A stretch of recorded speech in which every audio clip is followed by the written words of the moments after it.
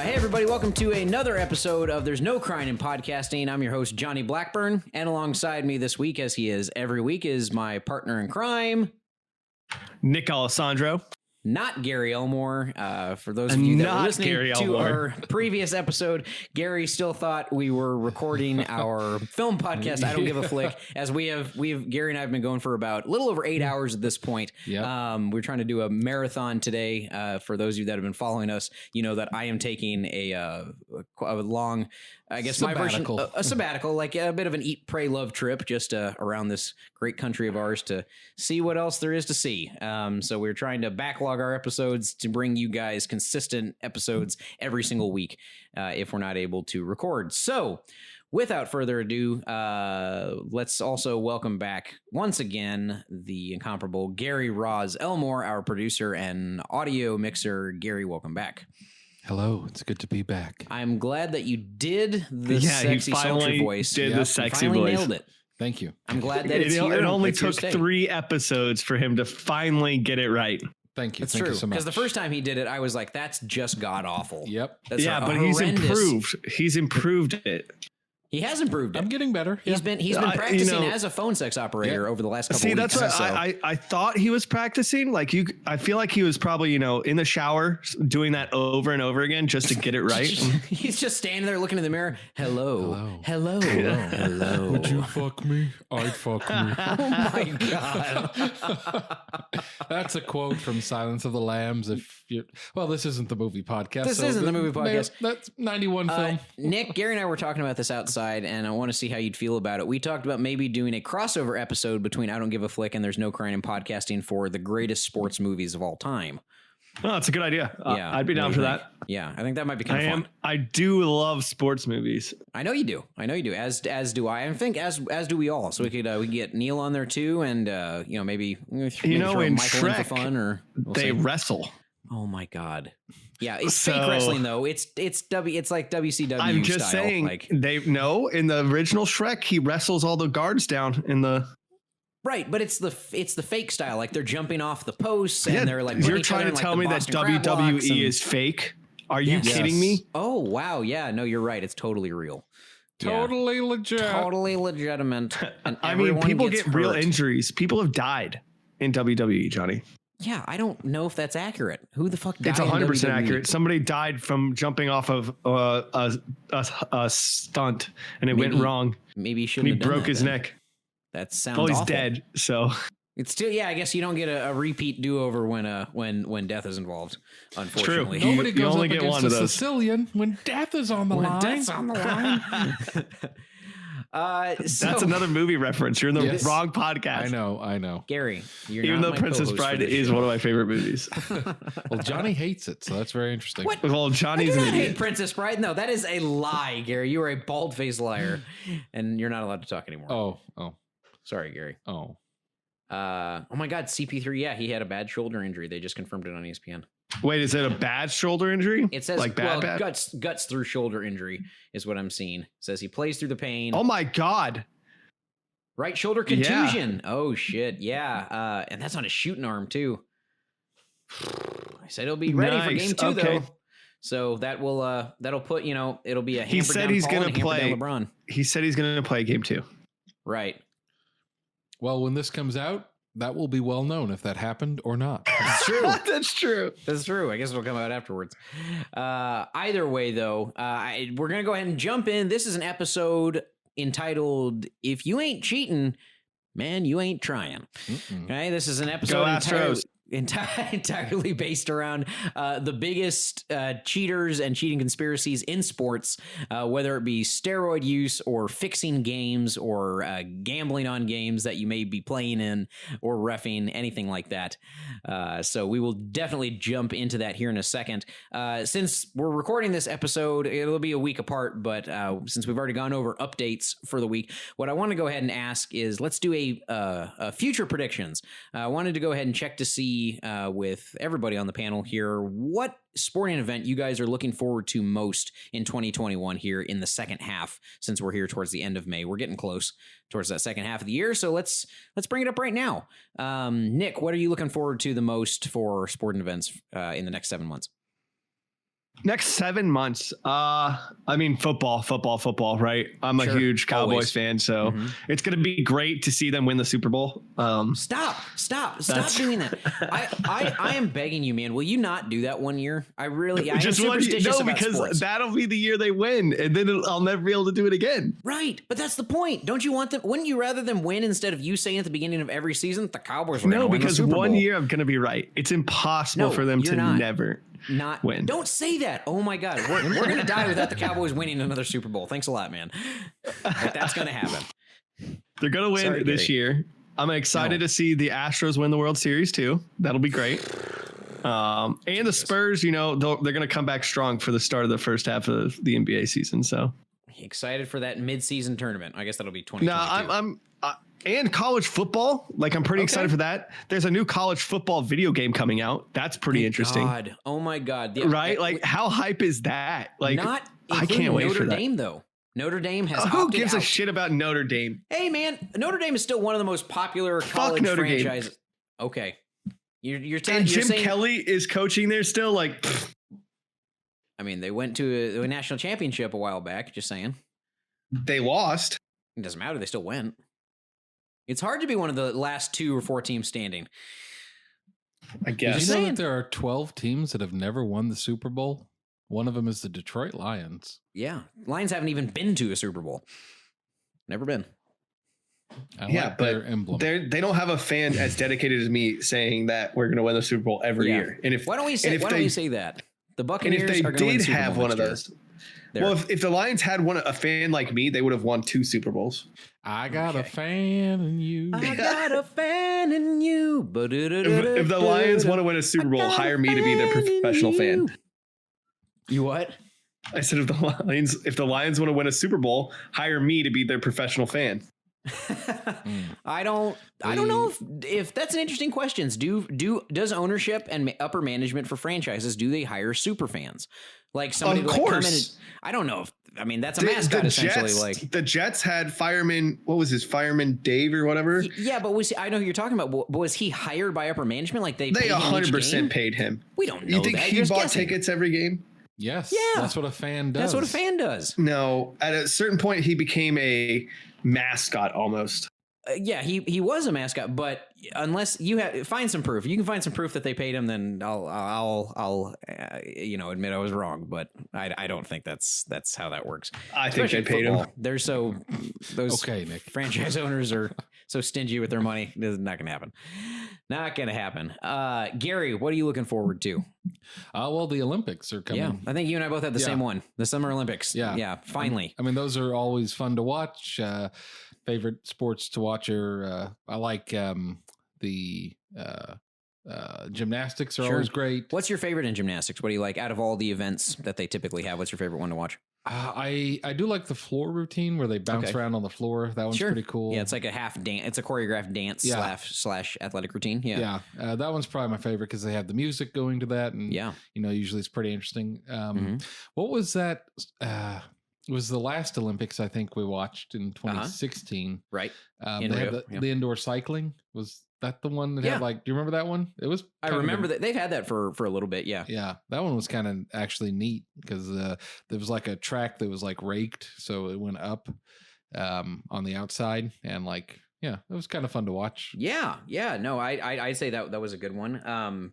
God, for me, uneven bars is always that's the really high one, and then you have the shorter one right in front of it. That's always been my favorite. Every time they jump between bars, I always get nervous, even though they rarely ever fall. 1% of the time. What's her name? The girl we were just talking about, Simone Biles. Yeah, she fell off when she was doing the practice one or the qualifier one yesterday. How scary is that, by the way, for the U.S. team seeing something like that right before the Olympics? True. I mean, we're so fucking stacked as it is that we'd probably still be okay. But absolutely, you want the greatest gymnast that's ever lived. She's a goat, dude. She is. I agree with you. I mean, that double pike vault that she did it's a woman first. Yeah. No, absolutely, absolutely. But I mean, I guess between her and Gabby Douglas and a couple of the other women's names that I don't remember, they still. I mean, think about it, in 2016, they took gold in the individual events and. Almost every single one, to my knowledge. Is Gabby Douglas on the team this year? she's fighting. She was at Nationals the other day when Gary was watching the stuff. So Beth Tweddle was there too. Yeah, Gabby Douglas was one of the older ones though. I'm surprised she's like 25. That's old for a gymnast. Yeah, that's a little past the cutoff, Simone, Simone's 24. I'm pretty sure. Is she? When did she start? Because she started in the 2012, or was she just in the 16? Just 16 to my knowledge. Yeah, she took 19 gold medals in 1 year. No, wait, no, not. Who are you talking about? Simone Biles? Yeah, why don't you look that up real quick? All right. She has a Wikipedia page. Yeah, she was born She's quite famous. She was born in Houston. Oh, okay. Columbus. No. Spring. Oh, she was born in Columbus. Her hometown's Spring, which is Houston. It's a little bit south of the Woodlands. Oh, she's got 4 Olympic gold medals. Okay. She's only got 4 Olympic golds. Yeah. Still incredibly impressive regardless. 4 golds, 1 bronze. Gary, name one time you would even get close to sniffing. It's not Michael Phelps impressive, but it's impressive. Yeah, you're talking about the greatest Olympian of all time. That he went to 5 different Olympics. Like that's absolutely insane. That's just. And he smoked a shit ton of weed, so it proves that you can do whatever you want. And still win. We don't know if he smoked a shit ton. They just had that one picture. He was a crazy alcoholic nut job, dude. He smoked a ton of weed. I don't know about that. Was he on the Wheaties box? He was on the Wheaties box. Yeah, he had to be. He won. He was. Yeah, like gold medalists get on the Wheaties box. Yep. That's just how it happens. Well, if you're Michael Phelps, you get all over the Wheaties box. Apparently, yeah. And you'll eat. Yeah, about to say you'll eat the entire Wheaties box too. Yeah, because you got the munchies. You got the munchies, baby. So I mean, yeah. Outside of that, dude. I mean, track and field's always fun. I love the 100 and 200 yard dash. Any of the swimming events. Swimming has always been my favorite, along with women's beach volleyball. You would like women's beach volleyball. Yeah, I know. And it's not because they're wearing fucking Don't 2 lie. pieces. It's not. It's I've explained this before. I can go into it again. I'll go into it again. I like women's beach volleyball too. It's one of the most interesting sports in the Olympics because the Olympics is boring. No, the Olympics are not boring. There's even fencing is cool. I'll even watch table tennis. Have you watched those guys from like China and South Korea play each other? You can't even see the ball. They're so good at table tennis. It's so stupid. Yeah, it's nuts. That's a fucking dumb sport to watch. No, it's not. It's a lot of fun. Michael Phelps competed in 5 Olympics. I already said that. Yeah, Johnny just said that. It's over 16 years. Gary, shut up. Why is Gary still on? It's only because he's editing the episode. That's the only reason he's here. Just saying. Just saying. There's a lot of good ones. Yeah, it was sad that it didn't come out last year because of the pandemic, but it's not. I kind of like that they saved it. Like now because we're here, we're in the here and now, and it's coming up in a couple months, and I'm gonna be excited to just waste my time just sitting there all day watching it. I'll get up at like 3 a.m. Aren't you going to be like going around the United States during this time? So Absolutely. How are you going to watch stay it on up the TV all night or a laptop? I'll stream it. NBC has streaming apps. Peacock. I'll watch it. I'll figure it out. Unless I'm on set for a show, then I will be watching it.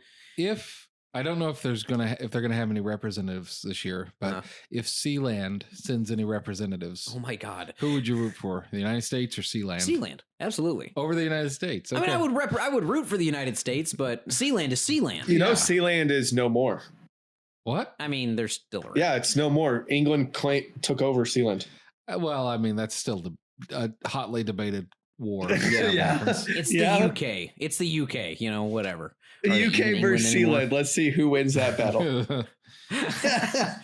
With Sealand's massive surplus of artillery weapons, like 1 meter freaking whatever it is platform out in the middle of the fucking ocean. One old 18th century rifle or something. I don't fucking know. Yeah, it's fucking crazy. Something like that. They did fight off a helicopter though, so fucking They did. Yeah. They did, absolutely. So we are going to go ahead and jump right in here to if you ain't cheating, you ain't trying. So let's go ahead and see where we are at with the current topic of steroids in sports and things of that nature. So as we know, there are there are lots of stories over the history of sports where we find people to be cheating, whether it comes to taking performance enhancing drugs, fixing a game, betting on themselves or betting against the other team, corking a bat, as we'll get to with Sammy Sosa later on, things of that nature. So the first thing is steroids in particular have been really, they've been circulating through both baseball, football, and cycling for the last couple of decades. It's only just become recently in the last decade, decade and a half, where it's become kind of a hot button issue. It's become a hot topic. So I had read an interesting article last night, just based off of the advancements that we've made, and we talked about this in our golf episode with science and medicine helping advance the way that athletes train and the way that they recover, using like cryotherapy and whirlpools. I guess have been around for a long time, but you advanced machines for like massaging techniques on certain sore areas, or athletes' knees or their shoulders, whatever goes out faster typically. The surgeries we have now, like in the 30s, if you ruptured an Achilles, you're not going to be able to come back the same way you can today. Yeah, even just like the ACL tears, like just 20 years ago. Absolutely. You're done. The advancements in surgery were there right now. So the question is, will steroids become a standard practice of major sports in the years to come? If everybody's using it, then it would just level the playing field. Obviously right now, it's cheating. We're saying it's cheating. But in 50 years, will we be there? What do you guys think? Nick, since this mostly is in the baseball world, for the majority of this conversation, I will go ahead and start with you. What do you think? Do you think that it'll be part of mainstream sports at some point? Well, I mean, first off, steroids are terrible for you. Sure, of course they are. Like, they shrink your junk. They're absolutely terrible for you. So if there was a jump to where these human enhancements weren't awful for you, and it was readily available and there weren't side effects and we could make superhumans, and I'm all for making superhumans. Like that's kind of like, that's just evolution, right? We're just creating it ourselves. But right now, I don't want steroids in sports. Okay. I think if we use them and made a level playing field, I still don't want them. They're just too bad for the body. They're too dangerous. There's too many side effects. It's just not good for you. And they're not readily available. They're illegal. Like, like it's not even like you have to have to get the steroids that they're using. It's illegal. Like it's against the law, first of all. So is marijuana. In some places, yes. In the United States. Well, if you go, that's a whole different argument. On both sides of the aisle, I think we ignore the federal laws and go with state laws. Yeah, so nobody cares about federal laws anymore, Gary. Okay, nobody gives a crap. It's all about the states. Okay. But no, like it's just, there's too many side effects. There really is, and it's just too dangerous. Okay. Well, yeah, I would have to agree that it is very dangerous for the body to do so. And who knows, with the advancements we've had in science and medicine over the just even over the last 40 years, which is absolutely insane, by the way. Maybe at some point, and this is just, I'm not predicting the future, I'm just guessing. Maybe at some point they find a way to make steroids not as bad for the body, and it becomes more go for it, man. An organic supplement or something like that. If it was less dangerous, do you think you would condone it? Yeah, go for it. Okay. Like if all that is making the body better, right? So go for it. I think everybody should be doing that. Mm-hmm. If there's a way, if there's a steroid out there right now that would make me stronger, faster, smarter, and there weren't side effects, I'd 100% take it. Mm-hmm. And anybody would. Like but I just don't think we're there yet. And I don't know if we ever will be. Okay. And you're right. I don't think we won't be there anytime soon, for sure. Even if it was accepted and they found a way to make it safer,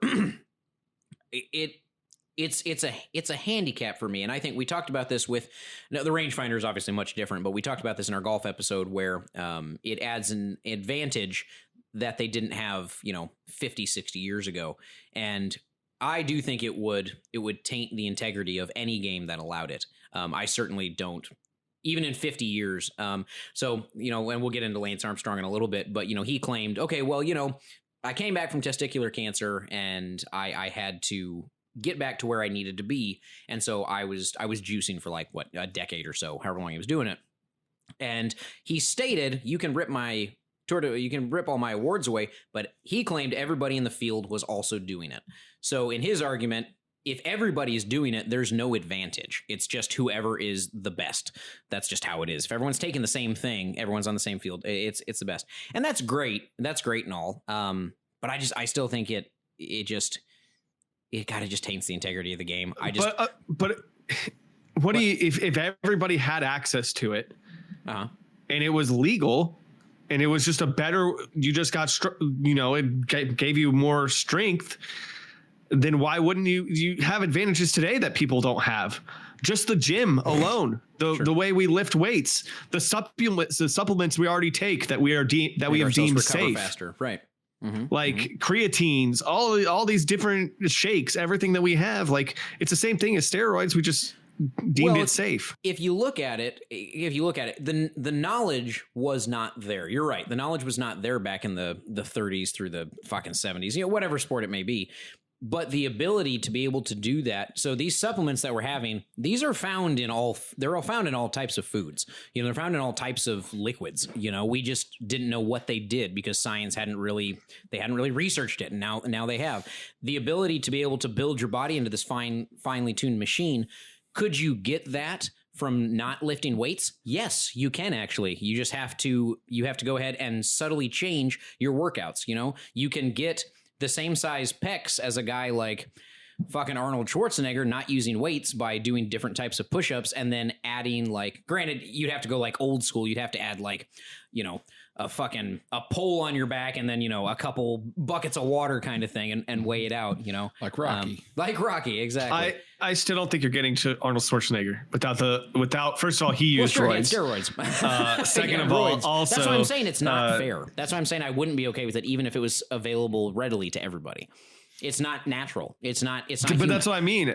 Everything that argument is invalid because they're already doing things that are not natural to their body, but we've just deemed it safe. I just explained that it was valid. I explained to you how you could do it without these advancements in science. It's always been there. We just didn't know what it did. Though. That's what I mean. You can't. You cannot get as big as some of the players you're misunderstanding that what I'm we saying. have right now. I see what we're getting at. Okay, you're misunderstanding what I'm saying. I'm not saying you can get to the level of those people that are like juicing and shit like that, but you can absolutely get to the level of people that are not doing that and that are just big, that are using those advancements. They're like, oh, I have this more hyper-focused workout routine and this particular diet. That's always been there. We just didn't know how to do it. Now we do. We don't necessarily need all of that. I don't know. I just think that the steroid portion, even if it was readily available, it's just unnatural, and I just, if everybody's doing it, sure, the playing field's level. I just don't know if I would enjoy the sport as much knowing that was there, like that type of unfair advantage. But my point, I understand what you're saying, right? Like, yeah, you're saying it's unnatural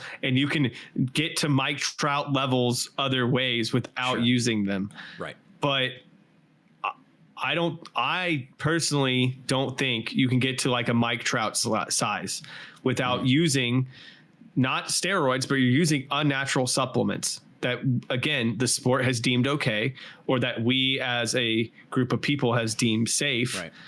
And those are you're already making an unnatural human.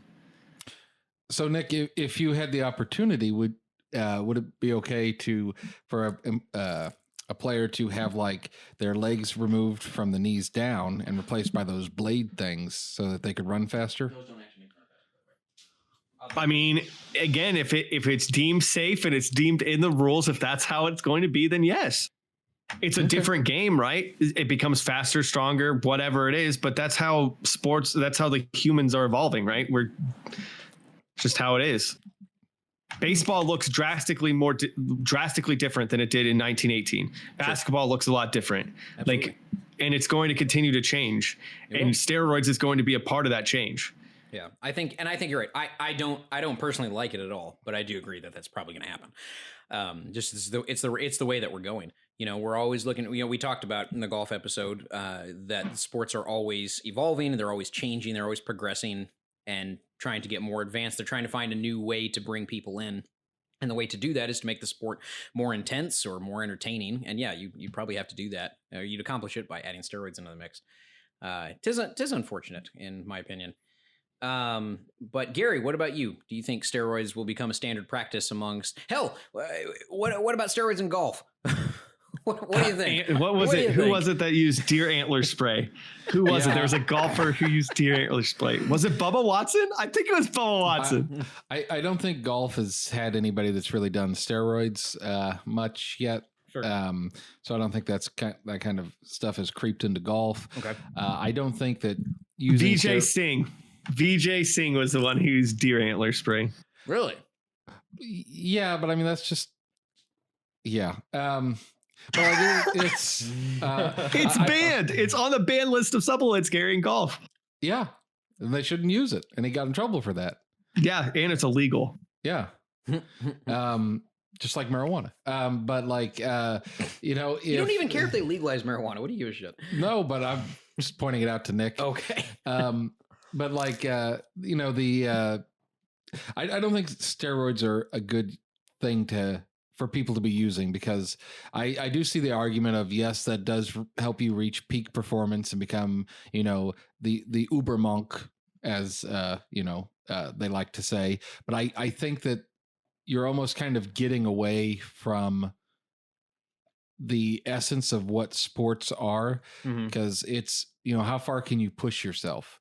And yes, you're still pushing yourself if you put steroids in your body, but you're also kind of getting help with that. And it's not just sort of that pure dedication to be the best, because you've got such a hand up with, steroids in your body. Like it's the same thing with, like, if some guy were to work out with, I don't know, those electric things you strap on your body to work your muscles. The electrodes. Yeah. I don't know. I don't know if that's probably not anything that anybody's even like banned or talked about. I don't know how effective it is yet, but I don't think it's effective. That's why. Yeah. I feel like that's one of those things that, I did watch an infomercial last night, and they were like, this fat guy lost 40 pounds. Did he from those electric things? Yeah. Okay. That's fucking ridiculous. But like, eventually, like, when is it going to be the point of like, you're not making your body do this, your body's just having it done to it? Like, and is that still the same? Well, you still have to go to the gym. If you use roids, it's not like some kind of absolutely magic pill. Like, you still have to put in the effort. It just is faster and you can get bigger.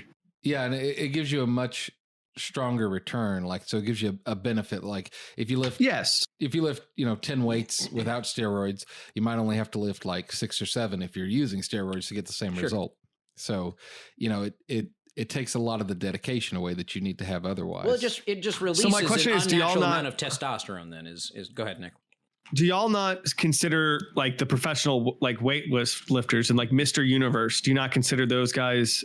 Mr. Universe is a competition and not a sport, so I don't have a problem with it. Okay. Just for me, I don't have it's a competition, and if everybody knows everybody's doing it, and they're all doing it together. Everybody roids out. So I'm just, but it's a competition, it's not a sport.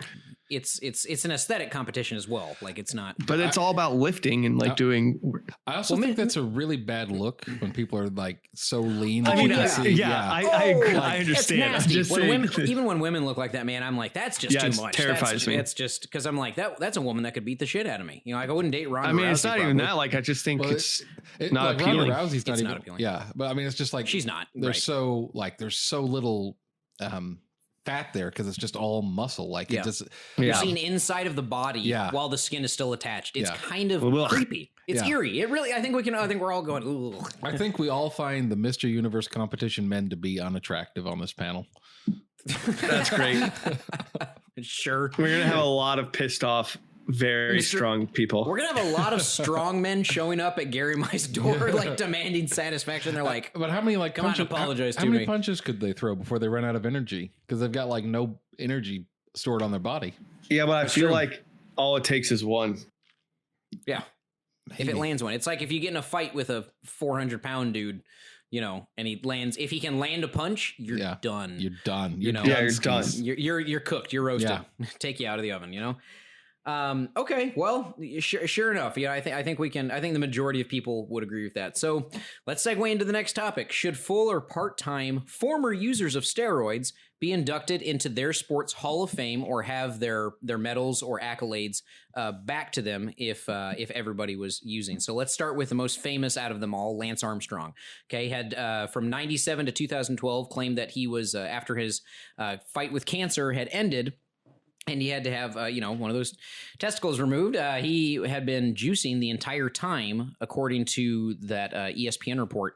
And he admitted to it live on Oprah that he had been doing that. He claimed, though, that everybody for the majority of that time he was racing against was also using steroids. And a lot of people that were using them did not have the cancer fight or the disease fight that he had to go through, and that trial and tribulations that he had to embark on much earlier on in his life. So he was already like, I was at a disadvantage, and then I started doing the steroids, and I wasn't even at much of an advantage. I'm just a more gifted cyclist than they are, and I worked harder. That's what he claims. They ripped away all 7 of his Tour de France's, though, and a bronze medal from the 2000 Olympics. So this one has... Nobody's gone from hero to villain, at least in the city of Austin for sure, quicker than Lance Armstrong in recent memory that I can think of. So what do you guys think? If the playing field was leveled, should he get some of those medals and awards back? No. Okay. Why not? He cheated. Like, here's the thing. It's against the rules right now. Sure. If it was allowed, okay, then he could get them back, but it wasn't. And he's right, by the way, when he says everybody was cheating. 87%. Yeah. I looked this up before this episode because I was very interested in it. Mm-hmm. During the 7-year window where he won the Tour de France from 99 to 2005, 87% of the top 10 finishers were confirmed dopers. Okay. 87%. That's an incredibly high amount. That's extremely high. That's absolutely nuts. Like, that's pretty much the whole sport, man. Did you ever watch, oh God, not Invictus. What was the documentary that won Best Doc about 5 years ago about the guy that ran the Russian sports medicine facility? And this is when the IOC took like 3/4 of all Russian athletes out of the 2016 Olympic Games because of their doping. They're still not allowed in, right? They lifted most of those sanctions already because Putin claimed that they weren't doing that anymore. But it was Icarus? Icarus, thank you. If you guys haven't seen that, that's just a crazy fucking that's a movie. Really good documentary in general. I have not seen it. I'll have to look into it. I don't know if it's on Netflix still, but that's where I watched it. It was made by Netflix, so I assume, was it? Yeah. Okay. So Nick, I would check it out if you're just interested in a nice little 2-hour doc. And basically the guy at the end, he basically tells he comes to America and he meets with the film director that he's working on his original documentary with, which was just about cycling in high altitudes and how those guys train for those races. And then don't spoil it. Okay. Anyway, it's worth watching. Okay. Yeah. And he gets involved with a lot of different government agencies on both sides that he probably didn't want to initially. So it's a very interesting watch. That's awesome. Sounds great. It's pretty. I think you'd really like it. Gary, what about you? Do you think that if the playing field is leveled, then he should have some of those awards back? No, I don't. Okay. I think that it's clearly stated in the rules that thou shalt not dope, and he did. And I don't know. That'd be funny if that was verbatim. That's what it was. Thou shalt not dopest. Dopest on thine drugs. And though, even though everybody else may be doing the wrong thing, that doesn't excuse you from doing the wrong thing. Sure. Especially if you're the face of the sport, like him, And I think that him trying to appeal to people's sympathies by saying I had cancer, so I had to do this that's pretty shitty. It's a really shitty thing to do. Yeah. Just a heads up, the amount of water he uses on his land out here in Austin is absolutely insane. It's like 18 times the average use of a home that size. It's fucking nuts. Sorry, I saw that stat a couple years ago and I was like, what a dick. So what a douchebag. I'm rethinking my answer almost. Okay. All right. Let's hear where you're at. You're thinking. So I was just thinking about it because I was thinking about baseball because there's unwritten rules in baseball, and like stealing signs, right, and things like that. And I'm wondering like where the line is drawn in cycling because I I'm not a professional cycler. I've never really looked into professional cycling. I remember when Lance Armstrong made cycling huge for a little bit, and now Absolutely. I don't pay attention to it at all because it's cycling. It's boring to me. But I don't like in baseball, the unwritten rules, right? Like, yeah, go ahead, try to cheat as much as you can, right? Pretty much. Mm-hmm. But there's some rules that you can't break, steroids being one of them. Mm-hmm. I don't know if it was like an unwritten rule in cycling where it'd be like, oh yeah, everybody roids, then maybe I would think differently. Do you just not ever want to agree with me, Nick? Is that what's going on? No, like I'm just thinking like you guys always agree on your episodes, Gary.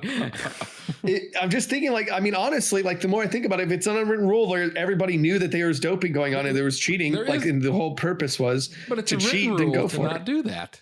There's a written rule to not steal signs in baseball, but everybody steals signs because it's an unwritten rule to steal signs. You sure you're not just saying that because you're a biased Astros fan? No, honestly, because even when you're in high school baseball, in select baseball, when you're a kid, when you hit the age of like 12, 13, 14, when you start playing, dipping and stealing signs, they start teaching you how to cheat. Right. That's terrible. That's awful. Those people should be fired. No, but that's like it's the game. God, that's a little intense. Right. Okay. Yeah. I mean, if all your friends jumped off a cliff, would you do it as well? It's like, if the game was jumping off the cliff and that's what you were trying to do. And it's okay. And we're all okay with dying at the young age or whatever. It's okay.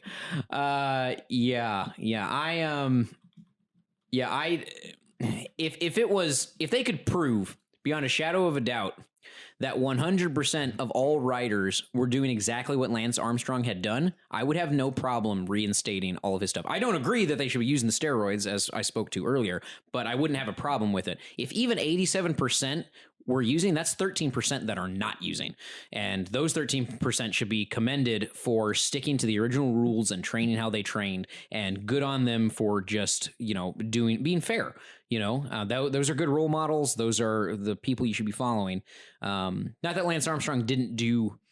He's outside of that, he's done good stuff in his life. I mean, a lot of famous athletes who did shitty things, they had great charities and all that. So I'm not saying that, but I would not condone that, especially if because there's still 13%. That's still a couple people that played by the rules, and who knows what would have happened if they went against people who were not cheating. So. There is a board game called Cheating Moth in which you are supposed to cheat and encouraged to cheat. I mean, if the entire thing is... I just thought that was interesting. That is very interesting. Very, very interesting, Gary. Is that a sport? No? Okay, Don't bring it up. No, I'm just kidding. So moving on, let's jump into and Nick, I know, is pretty passionate about this one. Let's go ahead and jump into steroids, which has been really huge in baseball, at least from 2010 to like 2003 in particular. Barry Bonds, A-Rod, Roger Clemens. Oh, before that. Yeah, and okay, so even before, but I mean, like, so Jose Canseco and all the McGuire, I guess too. All those. I mean, guys. McGuire's a big one. Yeah. What do you think? Now they claim they only use steroids for small portions of their career. Bullshit. And there's really no way but we don't know. There's no way to prove it. So a lot of those players may never get into the Hall of Fame. Okay, they won't. They might not. Do you think that they should be punished for a 20-year career where, let's say, maybe they only use steroids for 30% of the time? Should they get in at some point, or maybe at least for the years that they were playing well without steroids? That kind of stuff. Or any of them. I won't even go individual players. Any of them. Okay. So nobody who did roids should get into the Hall. So none of the players we mentioned, some of the greatest to ever play the game, none of them should get in. First of all, without steroids, Mark McGuire is an average baseball player. Okay. How about Barry Bonds? Barry Bonds is the difficult one. Roger Clemens. Those two are the two difficult ones. Because Barry Bonds would have been in the Hall of Fame if he didn't use roids. Yeah, because he didn't use it later on his career, you can see where he started using roids. Yeah. Like, there's a noticeable difference. A-Rod, for example, he would have been a Hall of Famer if he didn't use roids. Okay. Well, so here, Roger Clemens would have been a Hall of Famer if he didn't use roids. Sure. Roids. So that's the question. They each knew they were probably going to get into the Hall of Fame, but they wanted to be immortalized as the greatest to ever play their position, probably. So they were like, I need to go to another level. Maybe I would assume that's what their thought process was.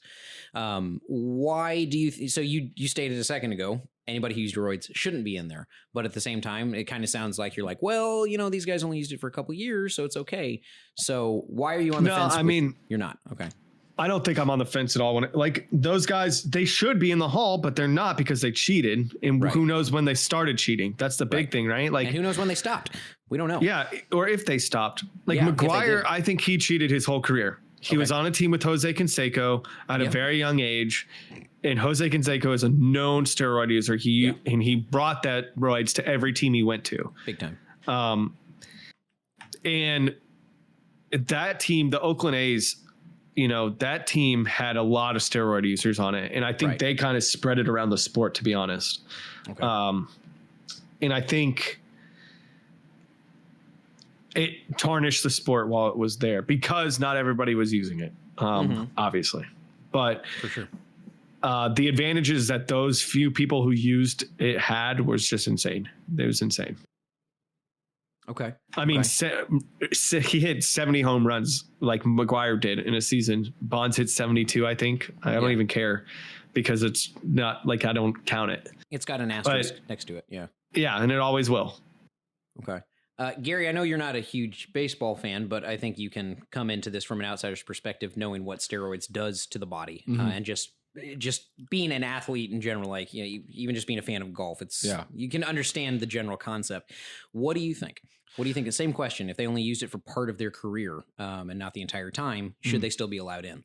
No. Because as you said, we don't know when they started or when they stopped using, and people that cheat tend to continue to cheat until if we could prove, what if there was, and I just, me, I love to play devil's advocate. Yeah. What if we could prove beyond a shadow of a doubt scientifically that they only used it for, let's say, 5 years each, and we could prove it. It was like there was irrefutable evidence that that's what happened. Yeah, I would still say no. Cheating should come with penalties, and I think you should lose your Hall of Fame status and have a big old asterisk by any stat you have. Sure. Okay. While I'm with you guys on the majority of that, I am a firm believer. I'm a huge advocate for second chances with people. So if they had MVP all-star caliber seasons where we could prove that they weren't using steroids for, 10 to 12 years or however long it may be, and they were only using for 5 or 6, I can accept that people do make mistakes, and I would consider them for the Hall of Fame, provided that their years of not using were of the level of an all-star, of a Hall of Famer. Would I have my children look up to them? No, probably not. But I would consider it. I would consider it. And I would understand. I would understand. There's reasons people do the things they do, and we don't always know their side of the story. It'd be different if they were fucking, rapists or murderers or something, but we're talking about steroids. So maybe, I don't know. Well, what's interesting too is, steroids in baseball's gone now pretty much. I wouldn't say it's disappeared, but like, are the tests just so advanced at this point that there's no way to trick the system? Yeah, pretty much. I mean, obviously people try and obviously people do trick it. But I think for them, like, you can just see it by the stats. I mean, pitching is dominated. There's been so many no hitters already this year. Like, it's crazy. I've seen that on SportsCenter. Baseball is definitely, the offense has gone down, and a lot of that is because we're not using roids as much. And you're seeing other cheating, right? Like, I mean, the Astros did the trash can for their World Series run. That's an asterisk World Series right there. Like, forever will be. Those players, Jose Altuve, would have been gone down as like an Astro superstar. Now I don't know what happens because he cheated. Right. And it sucks. And now there's just different ways of cheating. We see the Yankees and the Dodgers and the Red Sox, all of those 3 teams, and the Astros used video footage, and they used smartwatches from the bench. Yeah. Mm-hmm. Like, cheating has evolved. It's not roids as much anymore. It's more like analytics and electronics now. Absolutely. So do you think the Astros World Series win should be null and void? See, and that's the hardest part, right? Because what do you do with a World Series? Do you null and void it? And just the Dodgers aren't going to want it. They didn't get it. Sure. Is it that year just becomes nothing? you can't tell, like, did they use it in the playoffs? I don't know.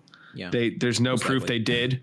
Sure. The Astros won most of their games away from from our park, from Minute Maid. Right. We won most of our games at Dodger Stadium that year during the World Series. Right. But there was a walk-off against the Yankees at home. So, like, there's all sorts of things that go involved in that.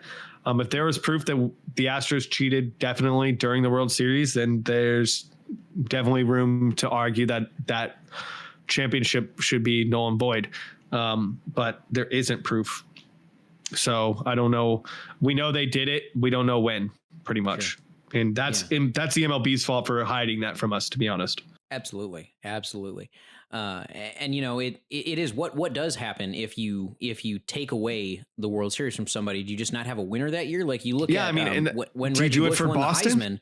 The Heisman, they won the Heisman. He won the Heisman, and they took the Heisman away from him, and they didn't even actually offer it to Vince Young. Vince Young did come out and say, "I would not take it," even though he should have won the Heisman that year, fair and square. He got ripped. He should have. USC already just had, and they were paying their fucking players anyways, and buying them off.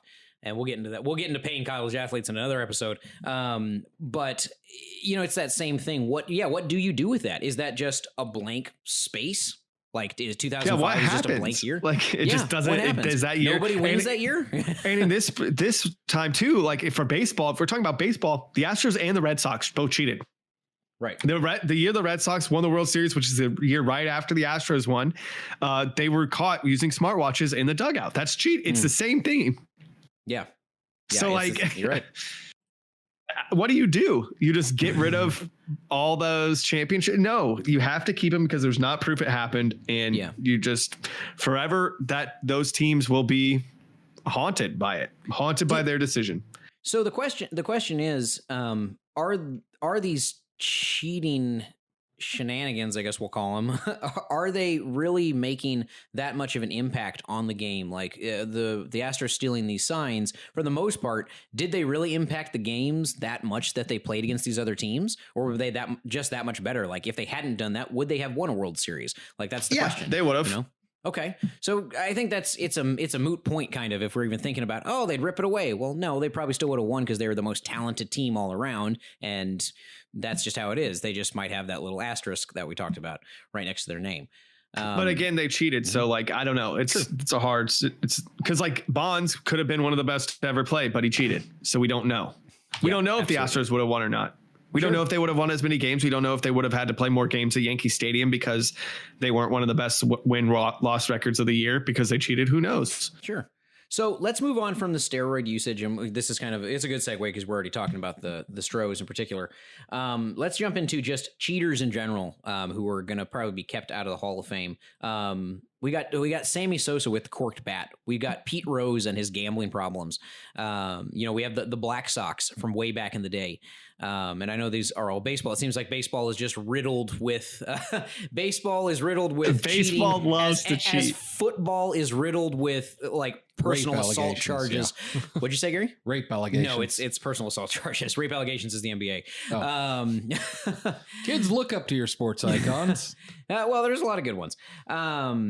So what do you think? What do you think with that, Nick? You know, a guy like Sammy Sosa who knows how many times he corked his damn bat. He roided out. And he roided probably too. Okay. And he wasn't very good at anything other than hitting home runs. Right, yeah. He wasn't a great fielder. I remember the old replays and shit, like how many fly balls he would just whiff and just drop it. Like, you know? He's like, I lost it in the lights of the stadium. Like, get the fuck out of here, man. Like everybody else can make the plays. You're getting paid this much money each year. Like, figure it out. You know, So hey, what about a guy like Pete Rose? Okay. Like he bet, correct me if I'm wrong, he bet on his own games for his team to win, correct? Like he didn't throw the games. He bet on his own team to win the games, right? There's a lot of, nobody knows. Nobody knows. That's what he says. Oh, okay. So what, right? I mean, like, who knows if the he's truth? Throwing the game. Yeah, but I mean, they did a lot of investigating to it. Like he was in some bad way with even worse people. Kind of like, he had a gambling addiction. Sure. Absolutely. He was kind of along the same lines as what's that gentleman's name from the NBA referee who was throwing games and fixing them because he was in bad ways with the mobsters and like loan sharks and stuff. Tim Donahue, I think. So it's kind of that same thing, what exactly, like, does him doing that, or at one point was the MLB's all-time career hits leader, and he still hasn't gotten into the Hall. We know that gambling problem. We know that he bet against the Reds in the 87 series. In 87, Rose bet on the Reds in almost every game they played. The key word there is almost, right? So he bet against the Reds a couple times. Sure. I think 4 games is what I'm reading. 4 games against the Braves, against the Mets, against the Expos, and the Giants. Uh-huh. So, I mean, he bet against himself. Mm-hmm. It's kind of like Pete Rose and the Black Sox go together. Why is that? That's why they're both, because the Black Sox bet against themselves, right? They threw the game pretty much, right? And got paid to throw. Yeah, right. So like that, they're the same in my opinion. Like they both bet on the game of baseball, which that is a rule that's not only like the unwritten rule, but also like a rule. Like you don't do that. And they both threw. I mean, who knows if Pete Rose threw those games or not? But he bet against the team, so he could have. Very true. And what if he is telling the truth that he bet on his team? What if he is telling the truth that he bet on his team? Does that really matter? I mean, is it like insider it doesn't trading? Matter because you shouldn't. Like, is it that same concept or? No, he shouldn't have bet on baseball. Period. Like it's just it's that much of a no-no in baseball. You know it. So like it's one of those things you just don't do. With that much of a no-no, are he and the Black Sox out of the Hall of Fame forever? Yeah, they are. Okay. I mean, Pete Rose is done. He doesn't have any more chances to get in the Hall, so he's not getting in the Hall. Yeah. Unless they've like changed something. And same with the Black Sox. I mean, Shoeless Joe Jackson, was found out that he was innocent, and he still never is going to be in the Hall. Yeah, absolutely. Okay. I mean, it's sad. He literally died professing that he didn't do it, and then they found out that he didn't, and he was dead. It's so sad. No, Shoeless Joe. Oh, Shoeless Joe. That's right. I was like, Pete Rose still alive, isn't he? Oh yeah, Shoeless Joe. No, he fought till the end that he was innocent. I was actually just watching Field of Dreams last night. Great movie. I forgot Ray Liotta was in that. Yeah. He's Shoeless Joe. Shoeless Joe. He's just creepy as hell. I never see him as a baseball anything other than a mobster. Anyway, so Tim Donaghy is who I was thinking of, the basketball referee that was throwing all those games in the early 2000s. Oh yeah. With the Kings and Lakers in particular, where it was the really big one, was a really huge one. Gary, I know once again same thing, but you can appreciate the question. What do you think, guys that are cheating, that are using corked bats, or even just the gambling portion? Mm-hmm. Let's say you're not even gambling against your own team and throwing the game. What if you're just gambling on your team and you're putting money on yourself essentially to play well? What do you think? Should they be out of the Hall of Fame forever? Well, if you're using a corked bat or any sort of device to increase your ability to play the game, yes, absolutely. That's why they don't use aluminum bat. You should not be in the Hall of Fame, nor should you ever be allowed to be in the Hall of Fame. If you're betting on yourself, I think that if you bet on yourself to win a game, in the totality, that's okay to do, because you should ideally be always trying your hardest to win. Yeah. But I think that's impossible to know whether or not you did place a bet on yourself or not. Since that can't really be known, but I guess they were able to find out somehow that he had been gambling on his own games. Because if there's even the possibility that you're betting against your team, then you might throw a game. That's really not a great thing to do. Sure. So I think that it's fine to have him not be in the Hall of Fame because gambling's on your team is against the rules, so you shouldn't be doing it. I think that there are the old saying, rules are made to be broken. Obviously that doesn't ring true for everything. But if you're betting against your team, yeah, I mean, if you're purposely throwing games, I could certainly see somebody keeping you out of the Hall of Fame. But if I've always said this with Pete Rose, if he was being truthful and genuinely honest, and we find out that he really was just betting on himself the entire time, I would have no problem putting him in. And granted, like you said, Nick, his chances are out. I mean, he's done. He's already been on the ballot. What is it, 9 times? And then you're cut off 10? Yeah. And then there's like some other, like he got cut off not only that way, but then there's like a senior like Hall of Fame, kind of like the NFL has like the old time. Didn't Bud Selig back in the day or something step in, and he was just like, no, I'm not even going to consider this. And then whoever the new commissioner was said the same thing. I think Pete Rose is trying to get it re-examined or reinstated. Yeah. If they, I mean, if they can prove that, the fact that he was that type of player, I personally wouldn't have much of an issue with it if it was betting on your own self. But yeah, I mean, there's certainly lots of different ways to look at it. Mm-hmm. Absolutely. But yeah, I mean, it's really hard with Pete Rose. That's the problem. Mm-hmm. Sure. Like Pete Rose is almost like, he's like almost like Michael Jordan GOAT status. Yeah. Just like, because of that. And because he bet on baseball, he's not Michael Jordan. You know what I mean? And it's hard to, and Michael Jordan bet on basketball. Right. He did. They just couldn't never prove it. It's just it's very weird. It's hard to, and I don't know, betting. He knew the rules. Like, honestly, that's what it comes down to. Sure. Okay. Last section we have for tonight's episode, we had stated, should universities or organizations suffer the consequences of their individual coaches and athletes' actions? So this comes up. SMU was actually a bad example. I had that on there. Ignore that one.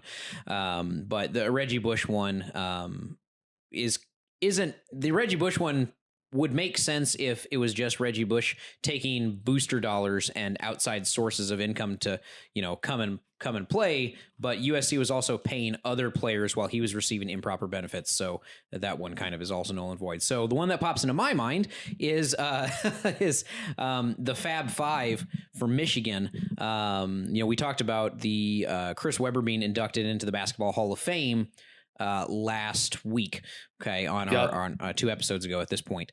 And I was letting you guys know, I was like, okay, well, the Fab Five, Chris Webber in particular, was taking a lot of money and taking clothes and cars and video games and whatnot in the early 90s from a booster that just he had gone to Michigan and he lived out there in Ann Arbor and just loved the university. And from the investigation, he was working by himself. It seemed, at least from the investigation that the NBA went into, he was doing it acting alone, with a few other boosters. But the athletic department claimed, and still to this day claims, they had no idea about it. But both Final Four and national championship appearances that Michigan had in the early 90s, back-to-back ones, were ripped away from the school. The banners were taken down. And in fact, they banned Juwan Howard, who's now the current coach, Chris Webber, Jalen Rose. Who else was it was Calbert Chaney and Bobby Jackson or Bobby Smith. I can't remember. But they banned all 5 of those guys from actually having contact with the university and coming to games for close to 15, 20 years. It was a long time. It was a long time, and the sanctions that they implemented for Michigan were pretty intense. Now, here's what I bring up. If that is accurate, that this outside source, who just happens to be a supporter and a fan, acted alone, should the university suffer for what their athletes did? No. Okay. And I would have to agree with that. If they're telling the truth, if they didn't do anything, how are they going to get in trouble for it? Well, here's the thing. They're in charge of those students. They're in charge of these student athletes for sure. And, it's the same thing with like the child molestation allegations with Jerry Sandusky and then Joe Paterno not doing enough at his time at Penn State. It's not that he didn't do anything, it's that he didn't do enough, and I mean, he pretty much did nothing. Yeah. I mean, he claimed that he did it by the book. He went by the book on how the guidelines said instead of firing Sandusky, put him on suspended leave or something. And then they continued playing their games. He didn't go to the police. Did nothing. He went to the athletic director, and the athletic director did not report it to police. They reported it to campus police. And then that's as far as it went, and nothing ever came from it. Sandusky kept his job for like another 10 years, 15 years. Anyways, so that one's obviously a little different, but my point in bringing that one up is Joe Pa was in charge of that program, and every time he has those student athletes come onto his campus, he is in charge and responsible for their well-being. Now you can't police anybody. It's not 1984, but at the same time, you have to take accountability that you need to be keeping a closer eye on these student athletes because they're young, and they're impressionable, and they may make stupid decisions like the but they're adults. Michigan.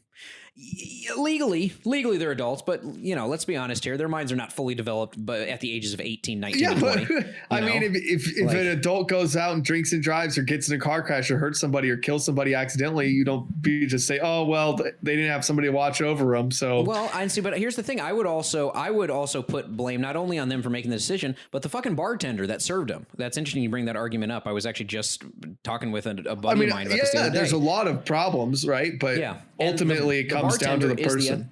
The bartender is the athletic department. This is my point. Should Michigan have had those Final Fours taken away? Absolutely not. No, I don't think so. That was very extreme and way over the top. But what I do think should have happened is they should have suspended some of the staff, like maybe the coach, maybe the athletic director, for a set amount of time without pay or something, just to set a minor example that even though this was outside of it, this booster was always around at practices and you guys didn't notice anything. I find it hard to believe. So it just depends, in every situation like that, there's small variables that will kind of like tip the scale in one way or the other. So, I don't know. Gary, we haven't heard from you on this one. What do you think for that? Even should universities or organizations be held responsible for things that their individual players and coaches do? Even if it's on school or, faculty grounds.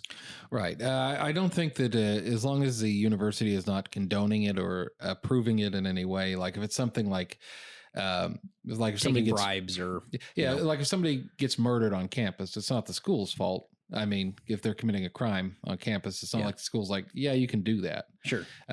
So if like somebody is committing, a white collar crime, like bribing somebody or, stealing information or whatever, it's the university is not trying to support that. Now with the Sandusky thing, my understanding was they kind of knew about that and didn't really do much. They did. Yeah. There were multiple coaches that had, and because he was also doing it on facility grounds, right? And like the university they were allowing Jerry Sandusky, because the reason he got so close to all these kids is he and his wife had a specific organization that was aimed at helping young boys that came from troubled homes. Mm-hmm. And he would, have these charities going on where he'd be around hundreds of young men. Mm-hmm. And what would happen is when they'd travel on away games, one young man would typically escort him on the game and they'd let them stay in the same room because he's like, oh, I'm like a father figure to him. Oh, it'll save the school money. Oh, X, Y, and Z. Here's some valid reasons. And he was such a great guy, quote unquote. I do air quotes on that. That it's they let disgusting. it happen. It is disgusting. And the fact that nobody fucking stepped in and said, this is weird. This is wrong. This is not okay. That's what I mean. Like that's a different case though, because the whole university is in blame for that. Like literally that's a failure from the top to the bottom pretty much. Absolutely. Yeah. Yeah. I would agree but it's different than the Fab Five. Because they didn't. Yeah, that's not. Michigan didn't know. They claim they didn't know. I still feel like they did know. But I think the sanctions handed down to them, and we've gone over this before. Nick stated that if you're a college athlete, you shouldn't get paid. I disagree, and I say they need something because they make so much money for the other organizations. They better pay for college. Yeah, sure. And even outside of paying for college, no more scholarships if you get paid for playing sports. Yeah, I wouldn't agree with that either. I think they should take sports out of colleges entirely and just have sports conservatory schools, and that way you can still. That's what makes it fun. That's what makes it fun, though, is because when you're part of when your alma mater's doing well, even you do it, my friend. Even you root for BYU when you see them playing somewhere. You only went there a year, right? But I mean, like it's not the same as it is at a lot of other schools where it's like college should be a place to go and learn. It shouldn't be a place to party and like fuck and like go to sports games. That's not what college is about. Well, I don't think that's what it's about still. That's just a side effect of the sports games. Yeah. And so if you remove those from the college. But that's, it still happened in the olden times, even like 1800s, 1700s. College was the same way. You learned, but there was also a ton of rambunctious shit going on. Yeah. Ben Franklin was a fucking super horny bastard. Like, my goodness, wow, okay, he Well, I was didn't know that, Gary. like, You're a history major. You learned this. I mean, college has always been like that. okay. I mean, it has.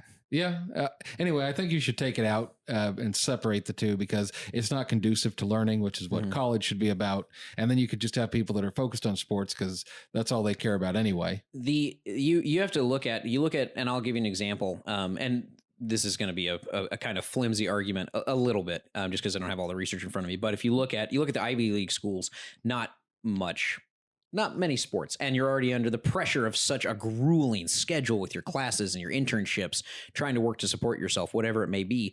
The suicide rate at those schools, at the Ivy League schools, is way higher than other universities. You've seen this. We've watched docs and we've seen it on the news and stuff, and they've talked about it for years. I think. And like I said, I would need the research for it to see the correlation between the two. But I think with those universities that have those major sports programs, remember, sports brings people together. It provides them a sense of escapism, like film, like us doing a podcast, like whatever, like cooking, whatever it may be. And I feel like those schools, since they provide that, you see a lot of these people, they're a little bit more calm because they have camaraderie with their friends. And even though they're stressed out from finals and studying and working so hard, there is a sense of relaxation in the fact that they can just kick back for a bit and go tailgating, or they can kick back for a bit and go to a frat party or whatever it may be, So I think sports is essential to universities, and without them, your schools would suffer too. There's no school pride. There's no school pride at that point. It'd completely go away. You would have less funding, so you'd have worse teachers. Yeah. You'd have it'd be a mess. Yeah. Like, I mean, you look at, we take the Olympics for an example. You're not the hugest sports fan outside of, golf, but you like the Olympics because it's America. You come from the USA and you're like, I can't wait for the USA to go and dominate and be awesome because I'm part of this. This is part of me. I'm part of something larger than myself. So that's why I think it's so critical for that portion is you need that sense of camaraderie, that sense of purpose that you may not always necessarily get from individual accomplishments. But I'm saying like the University of Texas was spending something like $6 million a year on Mac Brown's salary. Insane amount. And it's pretty high. That money is just the University of Texas should be a university, so it should be teaching people things, not spending hundreds of millions of dollars a year on football programs. I granted they do bring in a lot of money. Yeah, how much money does it bring in? It brings in a lot of money, but hundreds of you're millions. pulling away from the mission of what a university is. But if you don't have that money, you don't have the research that comes out of UT. You don't have the professors that come out of UT. You don't have a lot of those things without those sports. Right. And so you find an alternate way to get the money, but like you're having what's the alternate way of getting hundreds of millions of dollars? There's so many ways to get money, Nick. I mean, I can't even begin to tell you that. Have a brownie sale. But like, what? You have so much mission drift because there's so many people that are just so, and it's not like all the students, but like if you're going to like study and train to be a football player or a basketball player, you might as well just go to a conservatory that like teaches only that. Like if you're going to go be a welder or something. The reason those but things not are many so of those popular, people, right? They're so popular because they have a fan base based on the people that go there to study academics. That's why they're popular. If it's a conservatory, who the fuck cares? Like, that people go for professional sports teams because they're city based, or they're regional based and stuff. If it's a conservatory, there's no fan base really. So I see what you're saying. I don't think it'd be nearly as effective though. But also not many players go to the pros too. True, so a lot of them don't. Most players end up players end up graduating. Actually, most of them go. They graduate with degrees. Yeah, we hear about certain people, but think about the guys that are second and third string on everything, or they're barely like they redshirt or something. They probably go on to be a doctor or a teacher or lawyer or whatever. Okay, so it's interesting to think about for sure. And we're a little off topic, but that's totally okay. Unfortunately, we are all out of time tonight, guys. We have our very last podcast to round out our marathon today coming up here next. But always a pleasure, gentlemen, having you on. Always tantalizing debates and discussions. And certainly percolates the mind in general. So for all of us here at There's No Crying in Podcasting, I'm Jonny. I'm Nick. And we will see yo ass soon. Take care.